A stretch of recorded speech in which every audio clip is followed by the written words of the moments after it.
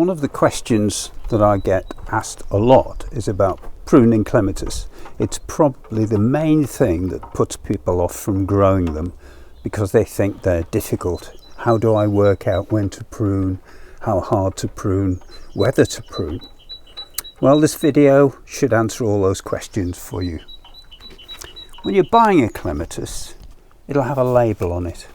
These are really important. They give information not just about aspect, height, but also pruning and what time of year the clematis flowers.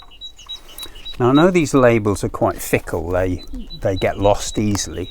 What I do is I always take them off the plant and I put my own label on, and I keep these inside so that I can refer to them. Another way of doing it is if you want to make a note that you've bought a clematis and it's growing up the apple tree, write it down somewhere on your iPhone, iPad, on a piece of paper, just so that you know years later when you think, what sort is it and when do I prune it? You've got the name of it, because if you've got the name, you'll be able to find out what to do with it. This is a screenshot of clematis on the web. It has every clematis that I know listed there, and it tells you where it comes from, who bred it, what conditions it likes, how tall it grows, and most of all what time of year it flowers and what pruning group it is. This is Euster, and this is a late flowering. It's actually Viticella, and it's one that you hard prune, and I've got a Euster here and I'll show you what hard pruning actually means. There is a phrase you can remember: if it flowers before June, don't prune. If it flowers before June, don't prune. Now when I did the video about atrogenes, I showed you some of these early flowering ones. It's now still only early April, and I've got a number of these in flower in the garden. None of them were pruned before they flowered. In fact, had I tried to prune them, I'd have lost this year's flower entirely. If in the fullness of time, when this is planted in the ground, it gets too big for the space allocated, then I would cut it back, but only after it had flowered. I don't class that as pruning. That's just straightening it up and keeping it confined to the space that you allocate. But it doesn't actually need pruning. This is another that's yet to come out. It looks a bit spindly, but it's got some really nice buds here. And this requires no pruning either. This will be in flower in 2 or 3 weeks and will last until well into May. And talking about May, May is the month for montanas. This is a montana here, and because it flowers before June, it doesn't need pruning. However, you will notice that there are some broken branches here, some winter damage, and I'm just going to take those off. I'm not pruning any of the plant that's alive. I'm just making it a bit tidier.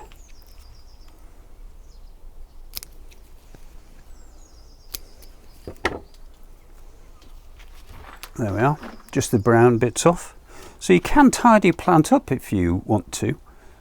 It's not really necessary if it's growing in the garden. You're unlikely to see the brown bits, but they are more noticeable if you have one in a pot.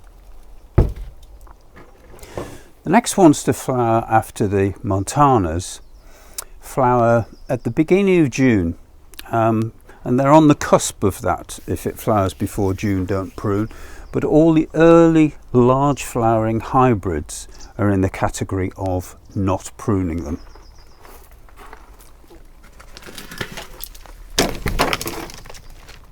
Here's one here.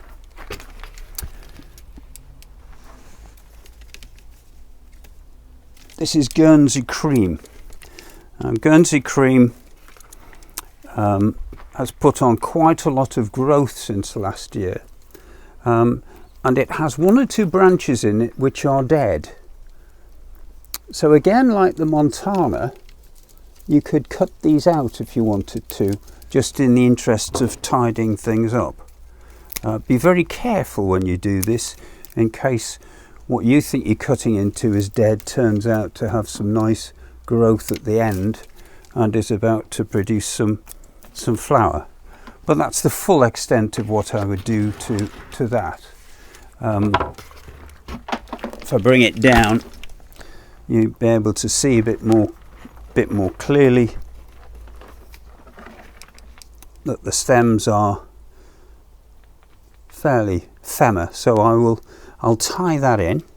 All of them will get fed, but none of them will get pruned.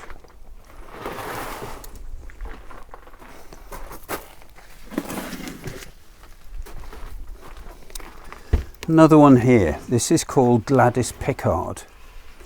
Now, Gladys has put on a lot of growth this year. I will put some more canes around her because the flower buds have already formed. I'll feed her. I don't think there's any tidying up to be done on her. And after she's flowered, I will cut her down a bit and I might get a second flush of flowers.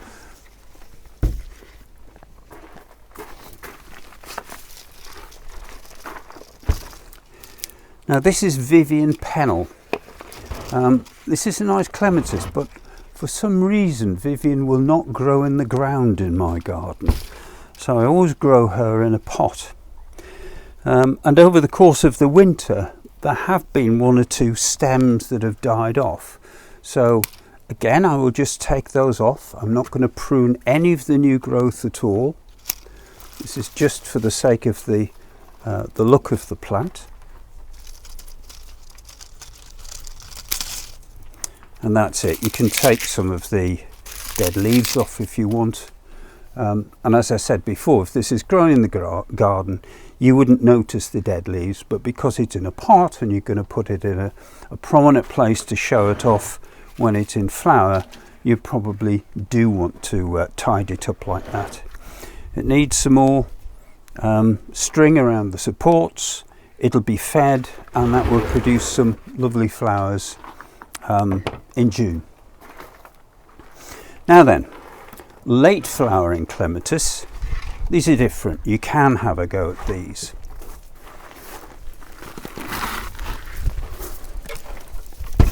This one is Star of India, and you can see how sparse it is.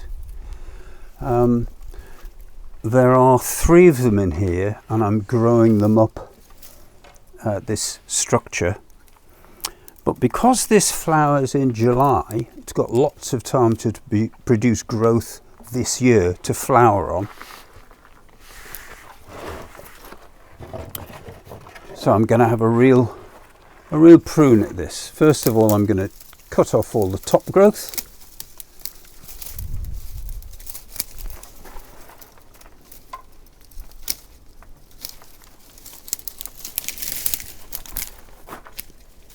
Pull that out of the way.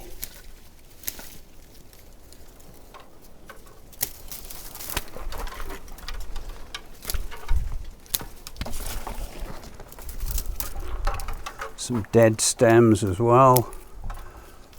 Some that have got damaged in the wind. Bit of old string there.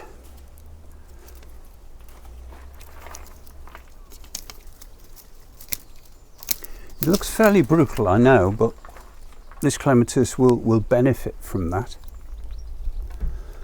Now, on this stem, there is growth up here, but there is a nice shoot there. So I'm going to cut it as low as I can, because I don't want the clematis getting too tall.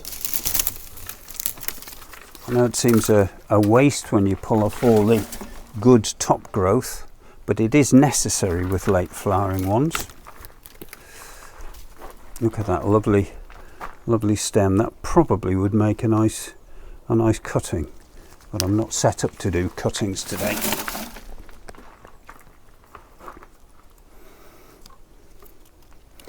And that one, there are nodes. These are shoots between the leaves, so I'm going to go to the lowest leaf.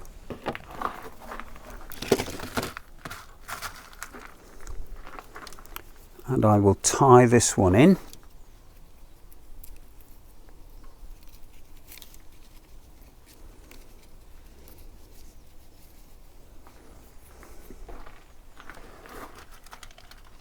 And tie that one into there.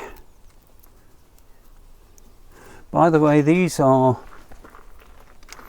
made of paper with a tiny piece of wire inside, and they bend very easily, and I can just wrap them around stems without making a knot, and the stem, as it expands, will push this apart. So it's very good for the plant. The wire eventually deteriorates, as does the paper, so I think they're better for the garden than using plastic. These are ones that John Richards uses. He's a clematis grower in the Malvern area.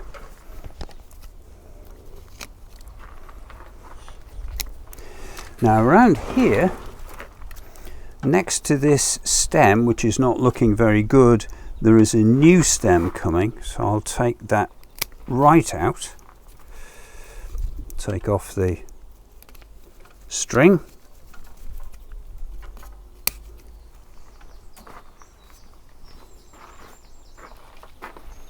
I've got one round here as well, which is a new stem with an old one attached, so I'll tie in the new one.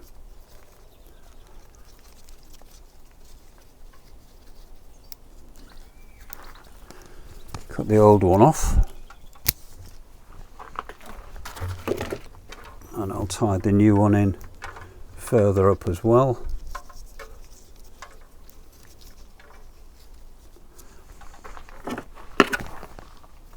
And there's a fairly miserable looking one round there, which will get taken off.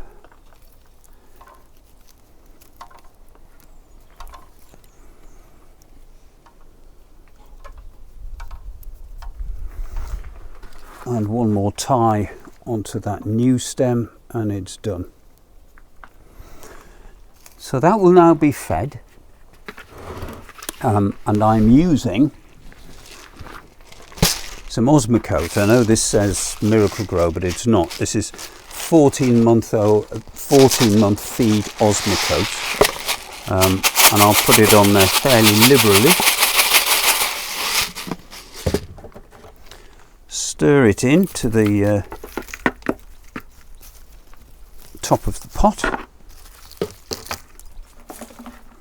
water it, and that will produce more new shoots from lower down and provide hopefully some really nice flowers later in the year.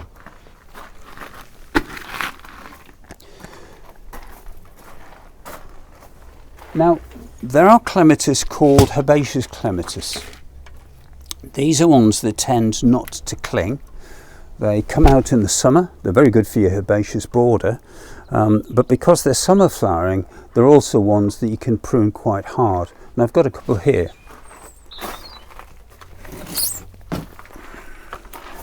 This one is called Hoya Jima. You see it's got growth at the bottom coming from below the soil, but the stems above are last year's stems. So it's a bit like raspberry canes really. You take out last year's to make room for this year's. Very simple process with these.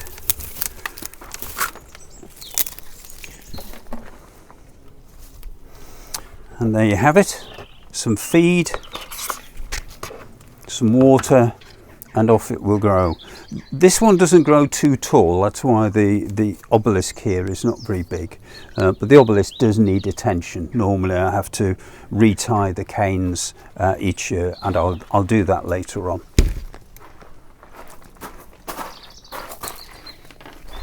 This is another herbaceous one called Manchuria. This produces a white flower, and you can see that it's got some very strong stems coming from below the soil, 3 of them in fact, and there are 2 old stems from last year. So exactly the same as I did a few minutes ago. I'll just take those off. Take all the top growth off.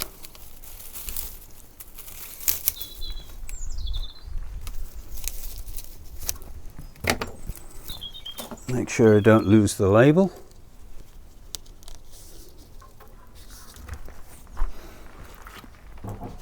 And tie Manchuria in. Now, I probably will plant this in the garden this year, and that means it will bush out and produce many more stems each year.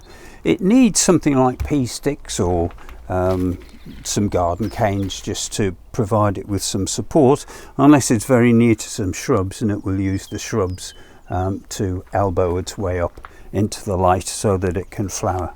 But that's quite a nice addition to an herbaceous border, Manchuria. And then we move on to the late flowering Clematis, the Viticellas.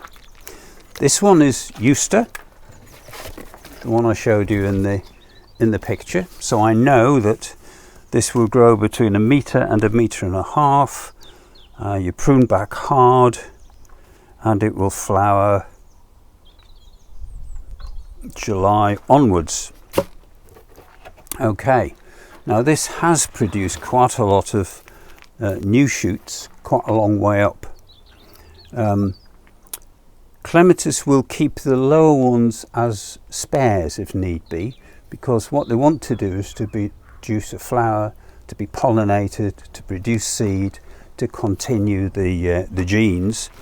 But we gardeners are greedy. We want more flowers than the Clematis needs to produce for seed. So I'm going to be pretty brutal with this and take all the top growth off.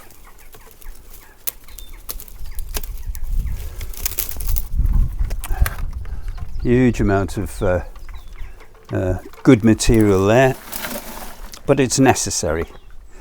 Any straggly pieces, any pieces that don't look very strong, I'll take off, because this is producing lots and lots of shoots from the base.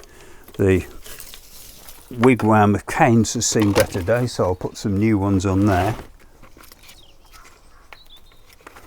But that's a very healthy looking Clematis that will provide lots of colour late in the year. A couple of old stems there and some old string. So you see, with the late flowering ones you can be pretty brutal.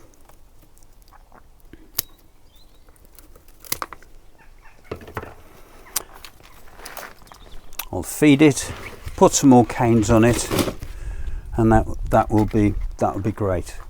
The last one I want to show you, one of the garden classics in the Clematis world. This is Toile Violette. Now, Toile Violette grows very tall. It will put on easily 10 feet in a season. It's already put on about 4 feet. And you can see this year's growth and last year's growth. And I'm going to be brutal again, I'm afraid. I'm just going to take this year's growth down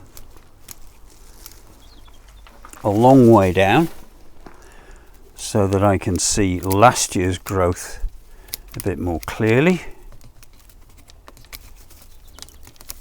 And I'll take all this off.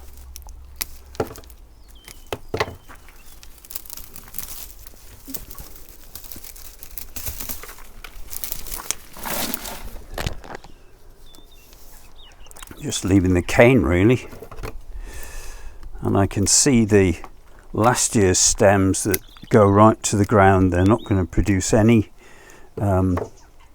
new growth. And now I can concentrate a bit more on the other stems. Just move that down a little bit, because if I cut just above a leaf node, I will get 2 stems coming out.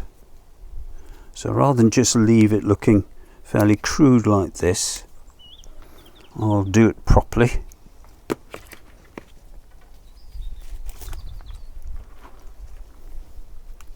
That one there goes right down to there. There we are, and that should produce a really nice plant for later in the summer. Again, probably it's time to go out in the garden. That's in a 3-litre pot, and I have a space where I would like to put another Toile Violette. There are some slightly later flowering clematis. Ceratifolia, for example, is one that will flower in the autumn.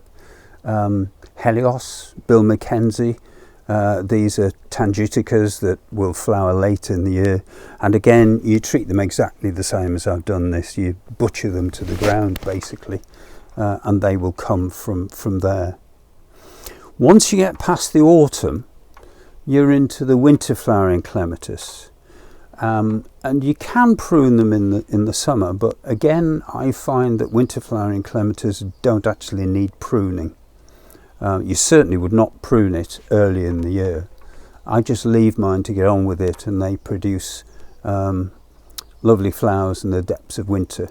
And I'm sure we'll do a feature on winter flowering clematis later in the year. Well, I hope you found that useful. It's not an exact science. It's not exactly pretty science, but it's effective. If it flowers before June, leave it alone. If it flowers just after that, give it a tidy up, but don't cut into the new growth. And if it flowers after that, butcher it basically. Okay.